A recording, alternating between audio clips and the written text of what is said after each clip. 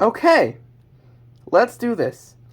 Okay, so basically what is standing right in front of you is basically as far back as you can trace the beginning of, me telling stories, not just in movie form, but also in book form, actually. Now, pretty much, I have shown you things that I have did before the birth of Cartoon-O-Rama Studio, such as pretty much my old channel, Roland's World, which was actually referenced in my channel reveal video, which was actually my very first video on this channel. Of course you were. And then there's also the Tracy Abercrombie channel, which I actually reviewed last year. I want to be entertained. Wait. But that was not the point. Not the point. So basically, if once we open this folder, look at this. Pretty much, it's basically a whole catalog. Like, basically a whole universe of basically my own set of characters. Like, I had this, I don't know, overarching story. It wasn't really much of an overarching story at all. It was more like this guy named Super Roland. He was basically a super version of me, pretty much fighting crime, and pretty much it kind of somehow built up to this evil version of me called Roland Borg. So, and then pretty much all this started with issue 1. This guy. Before we go on and read this comic in particular, the birth of pretty much my drawing career, basically, you can see it's pretty rough, at least compared to what I do now. Pretty much, I'm probably going to try and answer what half of you guys are asking at least, which is like, Roland, what the heck are you doing with this? Why are you doing this? Like, what's the point? Well, pretty much, this is actually in honor of the release of the Dogman movie, which, yes, I will confirm, is a part of the Captain Underpants Cinematic Universe. Yes, I am saying that. Fight me. I dare you. But anyway, the reason why I'm saying this is because, well, back when the Captain Underpants movie released, I kind of fell in love with drawing comics, all because of George and Harold, the two kids that kind of drew comics a lot. So basically, pretty much, I kind of got this comic love from them. It didn't take me like 2 stinking years from the first Captain Underpants movie. You can see there, like, it was released in 2019. It wasn't really released. I didn't release this in any stores at all. It was kind of more like, it was kind of made, but never released it anywhere. Pretty much, I didn't wait 2 years to make a comic between this and, between Captain Underpants movie and this. Believe me, I do not take that much time to make a single issue. Pretty much, I did make tons of comics before. It's just that this was actually the start of the mainline version of my old universe. Pretty much, I actually rebooted my comics a while ago and has a bunch of new characters, so if this video does well, I could show you guys some of my newer ones. But let's go ahead and read basically the birth of Super Roland. So basically, it says here, outer space, 3 miles from Earth. First of all, it is probably going to be light years, you idiot. So pretty much, you have this asteroid belt kind of going over here for some reason. I don't know. I don't understand how asteroid belts work. Like, seriously, seriously, in this universe, there's an asteroid belt right next to Earth? Huh. I guess that explains why the supposed asteroid killed the dinosaurs. This little line here, which I guess is trying to be the little belt, in which it just goes crash, crash, crash, crash, crash, like the whole thing. And then pretty much in this next thing right here, pretty much it's kind of falling towards the Earth. You would think that I'm basically drawing a comic about how the dinosaurs went extinct. No, I am not. Because in the next panel, you got this kid, which is actually supposed to be me. Yeah, I know, you're probably asking, why is he bald? Well, it was kind of a thing I like to do with some of my male characters, was to pretty much make them bald for some weird reason. I don't know, was I trying to make Caillou knockoffs? Was I trying to represent children with cancer? And then he tries to pretty much he notices the asteroid and he goes, ah! And then he just tries to cover his eyes. But as the good old narrator from Thomas and Friends said, it was Too late. Ah! But if this asteroid killed the dinosaurs, you would think it would kill him. But 5 hours later, he's still alive. He is still living. He's still kicking. What the heck? Where? I can't even read that. Pretty much funny story, actually. Pretty much, I didn't really care where pretty much the words were, even if they were out of the panel or not. It's just, I kind of wrote them the way they were. So, pretty much, please embrace for the amount of words that are not in the speech bubble. So, what the heck? What the heck is this? Yeah, basically I had it in the wrong direction too. And then this green pig, which I kind of named him Dr. Pig. He kind of looks like Piggy from Dogman if you look at him really close. Like, really, really close. Basically, he comes in and he says, basically the weirdest thing known to man to me, where he just says, well, it's gonna be one heck of a fright show and you're gonna love this. Again, with pretty much with the speech bubble kind of not containing all the words at all. So, yeah. And then pretty much, before you know it, Dr. Pig has actually got an unexpected visitor. Alright, I'm coming. Pretty much there's this little guy. I kind of named him P because, you know, he's green and he has like kind of like the roundness of a pea. I don't really know why I named him that. I mean, I'm basically going off his physical features, so. Hello, my name is P. Come on in, I guess. You little home loather, probably gonna stay here for the next 5 years? Probably not. But then, for some odd reason, he pulls out this little copy of whatever that is, copy. It doesn't even say a copy in there. It's more like Cody G Mac the 2000. And then he kind of pulls out this copy ray, I guess. Then he just kind of zaps P for no random reason. Like, there's a bunch of things in my older comics that basically just happen out of the blue. Like, there's no explanation. Like, P just shows up. Like, they never explained it. Like, I don't know, maybe if I did this now, I'll be like, oh, P had this really awesome dinner that he was gonna go with Dr. Pig, and then, you know, he would bring up, ooh, I got this really cool copy machine. I can really use that for my evil intentions. But no, pretty much, he walks in, just says his name out loud to a person he doesn't even know yet. Pretty much, he pulls out his gun, and pretty much he just copies him. That's literally all he does. Like, that's literally the only time these two interact, is pretty much when P stops by and says hi, Dr. Pig zaps him. There's nothing else to it. And then, for some odd reason, 5.5 hours later, I made a huge mistake! Don't make a mistake. Finally, I can actually read the handwriting. And then, pretty much before long, I kind of run into this little door contraption thing where I'm just be like, come on, let me in, please! And then right before you know it, the aliens are right behind him, and then I just look at him and go, I gotta go to the bathroom? No, probably not. And then he just presses a bunch of buttons where he just goes beep beep beep beep beep beep beep beep beep. For no random reason at all. Like, pretty much he just beeps the buttons for some odd reason. Then for some odd reason, when he presses the red one, it actually opens. Yeah, that's another example of random things happening. Like, they never really showed Dr. Pig using this for something. Like, they only showed it there because, wait a second, it's not even there in the previous panel.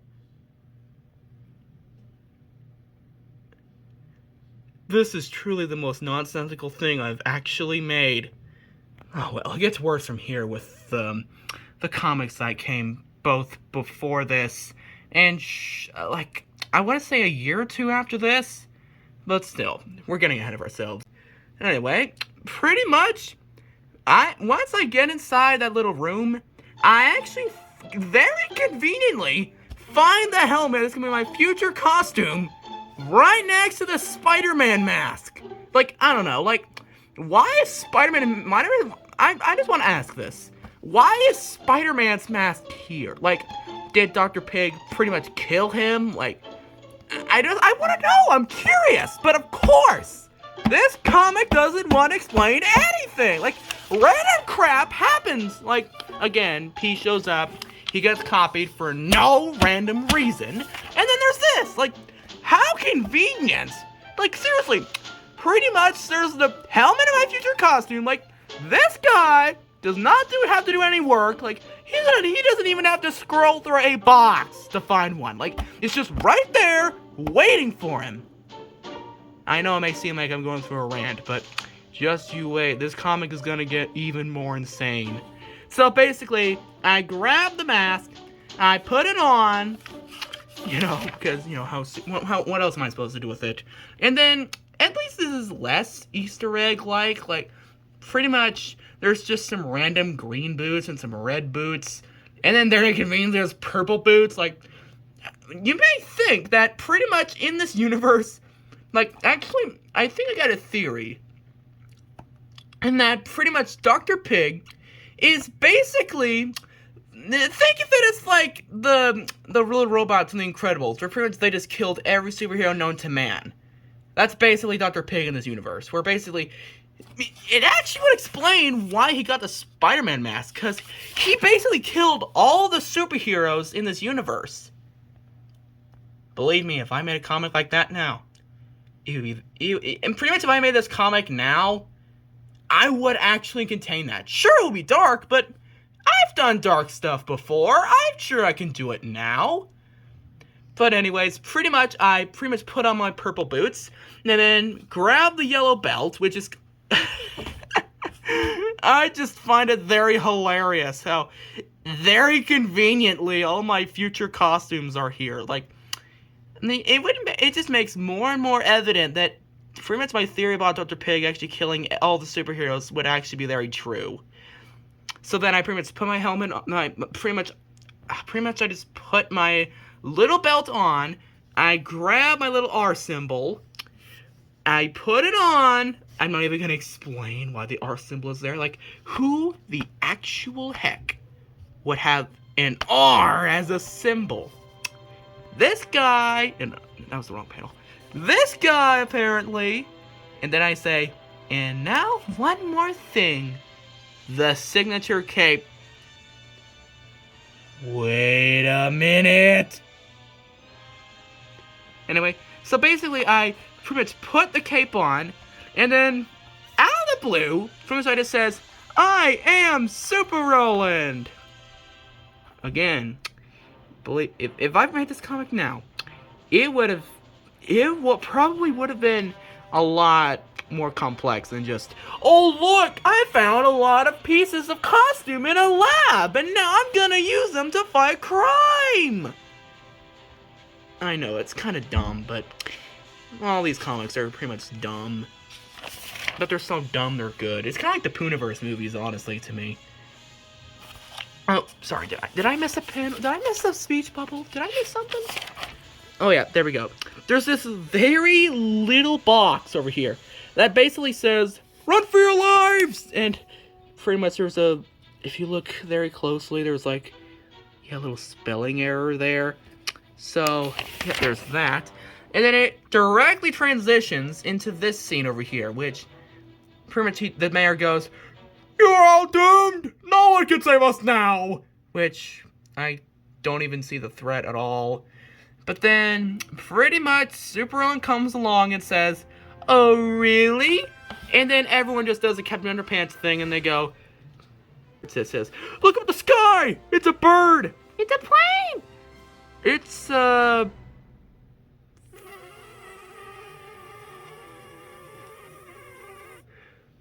dirty pepperoni pizza. Oh. Apparently he has a Lego shirt on, too. So basically, pretty much I say off panel, no way! I'm Super Roland! Because, you know, this is how Jordan Herald's comics works, apparently. This kind of structure here. Pretty much. Then I just come in and I go, No, that was not the correct one. It was more like...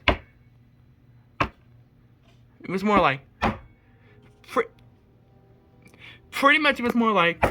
Pretty much I would go, "Not so fast, you aliens!" And then one of the P clones comes along and says, "Not if we have something to do about it!" And then he just punches him straight on the face. And somehow that sends Super Roland to stinking space. I'm just kidding. He just stays there. He punches the P clone even harder, which, we turn to the next page, pretty much he's knocked out, although I don't see any scars on him. And then the other ones kind of just run towards him going, "Yeah!" And then of course Super Roland just punches them every single time, and pretty much they're all defeated. You know, like your typical superhero comic. You know, no character development, no, nothing at all. Just superhero shows up, villain shows up, and then superhero beats him up and saves the day. And then pretty much later on, all the aliens get arrested by their police officers. Wait, why were they arrested by the police officers and not sent to somewhere like Area 51 for research or something? Another thing I would have done if I made this comic today. Oh well. Pretty much, Super Roland watches them drive by for no random reason. Stalker. And then he just runs off in this green plat of land for no random reason at all. And then at the ceremony, for no random reason, pretty much the mayor just goes, "People of Rolandburg, I have set the ceremony to celebrate Roland for saving the town. And to that, I give him the key to the city." Congratulations, son. The key to the city! Thank you. Long live the amazing Super Roland! Yeah, you thought this was the end. But no! You all been duped!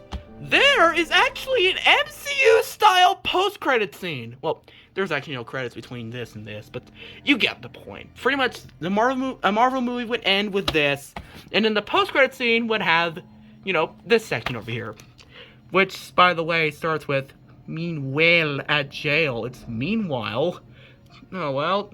And then Dr. Pig and P are kind of sitting in jail, like, they're kind of just sitting there, like, wait a minute. What happened to all the P clones? Did they all just die? Did they not fail their, like, was there some kind of purpose that they were trying to serve, and if they didn't, they would just die off? I don't know.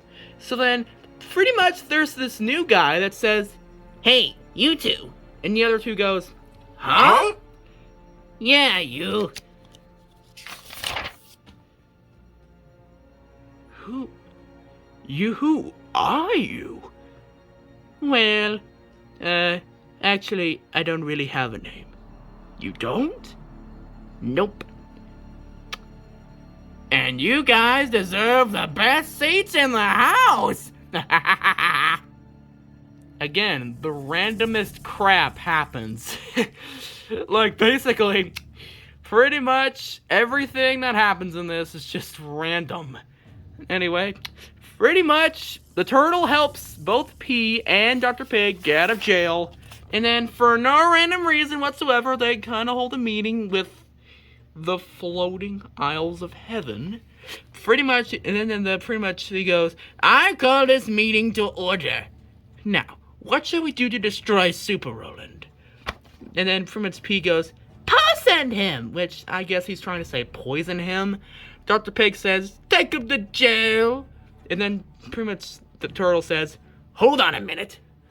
And then he looks up, and then he sees the news. Blast it! And the news is on, and Super Roland just got awarded. We gotta stop him. But how? I know.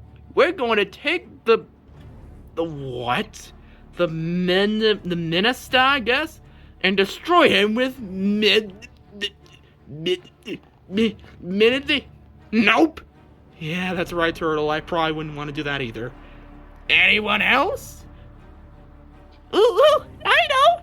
We'll hypnotize them so you become one of us. Buddy, did you see that from George and Harold? Because I think they want their hypno ring back. Even better. And then there's kind of like a little to be continued thing there. And that's about it for the birth of everything, essentially. Yeah, basically, this was a mess. Like, honestly, after reading that whole thing, I can genuinely say that I was a beginner. Like, basically, I was not the way I am now, where pretty much I basically let random stuff happen for no random reason at all, which now I'd probably go over and explain all of them, like, oh, P was over there to have a really fun supper with Dr. Pig, or, oh, Dr. Pig wanted to kill all the superheroes, and that's why he has all the costumes. Like, you know, Spider-Man's mask and Captain Underpants' cape. You know what I mean. So, basically, yeah. This is probably the worst thing I've kind of reacted to so far. Like, pretty much all them Tracy Abercrombie videos, I would take them over this, honestly. I would take them all. But if it weren't for this comic in particular, this whole series wouldn't have happened. Like, seriously, this was not the end of Super Roland after I got done with the Rolandborgs thing. Pretty much, I made a lot of comics with this guy for years upon years. Basically, he was my mascot. Well, there was also Pinky, who was also a longtime mascot. Pretty much there was this one guy who was basically a living pencil named Pencily, who eventually got replaced with Harry, and, you know, there are the 3 mascots on my channel now. So, yeah, basically, long story short, if it weren't for this, you probably wouldn't be watching this video. You would probably be watching something else. Just something else, so. Sure, it's probably so bad it's good, but you gotta appreciate the impact it made in history. You just gotta appreciate that. Wait! Don't forget to subscribe so you won't miss any more awesome tunes coming from me in the future. See you next time! Stay tuned!